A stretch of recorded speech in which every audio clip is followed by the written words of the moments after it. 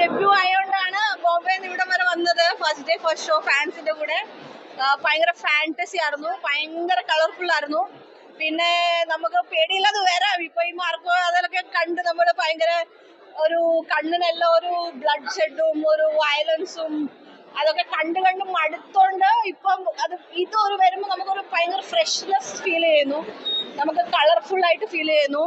ഒരു ഫാന്റസി മൂവിയാണ്, കിഡ്സ് മൂവിയാണ്. അപ്പൊ കിഡ്സിന്റെ കൂടെ വരുന്ന ആളും ഭയങ്കരമായിട്ട് എൻജോയ് ചെയ്യും. സോ എനിക്ക് ഒരു ലാസ്റ്റ് വരുന്ന ഒരു നല്ലൊരു സർപ്രൈസ് ഉണ്ട്.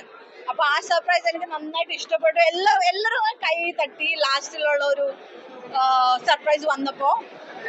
തിയേറ്ററിൽ നല്ല ഓളം ഉണ്ടായിരുന്നു. മോഹൻലാലിന് എഴുതി കാണിക്കുമ്പോൾ ഒരു ഭയങ്കര ഫീൽ ആയിരുന്നു. ആൻഡ് എല്ലാം കൂടെ ഒരു ഓവറോൾ പാക്കേജ് കണക്ട് ചെയ്തത്. ഫിലിം തുടങ്ങുമ്പോഴും അവസാനിക്കുമ്പോഴും ആ കണക്ഷൻ ഉണ്ട്. ഞാൻ പറയാം, കണക്ഷൻ ഉണ്ടല്ലോ, അത് നന്നായിട്ട് ചെയ്തിട്ടുണ്ട്.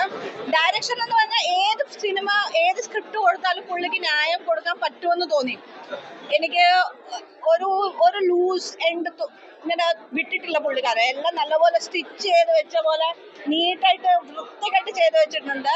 അപ്പൊ ഏത് സ്ക്രിപ്റ്റ് കൊടുത്താലും പുള്ളിക്ക് അത് ഫുൾ ഓഫ് ചെയ്യാനുള്ള കോൺഫിഡൻസും അത് പുള്ളിക്കാരൻ ചെയ്യാൻ പറ്റും ആസ് എ ഡയറക്ടർ എന്ന് തോന്നി.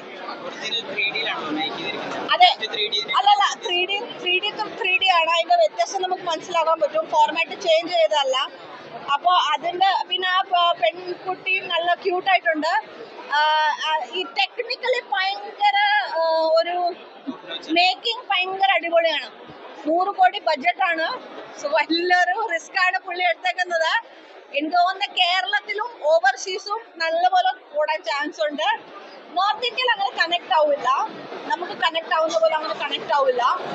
അപ്പോ ഏതായാലും ഒരു സക്സസ്ഫുൾ വെഞ്ചർ ആയിരിക്കും.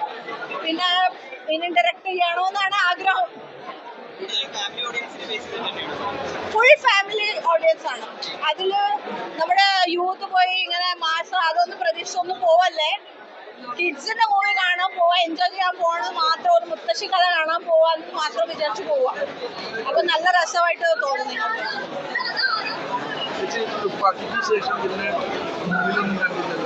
ഇല്ല, ഞാൻ ആക്ച്വലി ബോംബെയിൽ ബേസ്ഡ് ആണ്. തുപ്പാക്കി മൂവി ഷൂട്ട് ചെയ്തത് ബോംബെയിലാണ്. അപ്പം അങ്ങനെ ഷൂട്ട് ചെയ്തതാണ്. പിന്നെ ഞാൻ കിരണിലുണ്ടായിരുന്നു. അപ്പൊ കിരണിൽ നിന്നൊരു എങ്കേയു എപ്പോഴും മുരുകദാസ് സാറിന്റെ ഒരു പ്രൊഡക്ഷൻ ഉണ്ടായിരുന്നു, എങ്കേയു എപ്പോഴും. ആ പ്രൊഡക്ഷനിൽ വർക്ക് ചെയ്തു എങ്കേയു എപ്പോഴും. അപ്പൊ പുള്ളി പറഞ്ഞു, നല്ല വിജയ സാറിന്റെ കൂടെ നല്ല സാമ്യം കാണുന്നുണ്ട് മുഖത്ത്, നമുക്ക് ഇതൊന്ന് ചെയ്താൽ കൊള്ളാമെന്ന് ഞാൻ പറയുമ്പോൾ ഞാൻ ഭയങ്കര ആക്ച്വലി പേടിച്ചായിരുന്നു. പക്ഷെ ഒരു പക്ഷേ സാറിന്റെ കൂടെ പോയപ്പോൾ നല്ല കംഫർട്ടബിൾ ആയി. പുള്ളി ഒത്തിരി സംസാരിക്കുന്ന എനിക്ക് തോന്നി, വിജയ് സാർ സംസാരിക്കുന്ന എനിക്ക് തോന്നി. ബാക്കിയുള്ളവർ അങ്ങനെ പറയാറില്ല, പക്ഷെ എനിക്ക് തോന്നി. ആൻഡ് വളരെയധികം അൺഫർഗറ്റബിൾ ഒരു എക്സ്പീരിയൻസ് ആയിരുന്നു എനിക്ക് വേണ്ടിയിട്ട്. ഈ ബറോസിന്റെ ഒരു ക്യാമറാമാൻ സന്തോഷ് ശിവൻ സാർ തന്നെയായിരുന്നു ഇതിലും. അപ്പോ എന്നെ കിഡ്നാപ്പ് ചെയ്യുന്ന സീനില് സന്തോഷ് ശിവൻ സാർ എന്നോട് പറഞ്ഞു ഭയങ്കര പേടിക്കണം, കത്തിയൊക്കെ പേടിക്കണമെന്ന് പറഞ്ഞു. ഞാൻ പറഞ്ഞു പേടിക്കുന്നൊന്നുമില്ല, വിജയ് സാർ ഉണ്ട്, വിജയ് സാർ വന്ന് രക്ഷിക്കും, ഞാൻ പേടിക്കേണ്ട ഒരു കാര്യമില്ലെന്ന് പറഞ്ഞു. അപ്പോ അങ്ങനെ നല്ലൊരു എക്സ്പീരിയൻസ് ആയിരുന്നു. ഡോഗിന്റെ കൂടെ ഒരു സീൻ ഉണ്ടായിരുന്നു, അതും ഇന്ററാക്ട് എങ്ങനെ ചെയ്യണോ അതൊക്കെ മനസ്സിലായി. അത് ചെയ്യുമ്പോൾ നമുക്കറിയാം ഹിന്ദിയിൽ ഇത് റീമേക്ക് ചെയ്യുമെന്നറിയാം.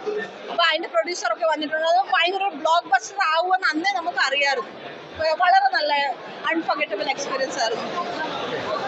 Thank you.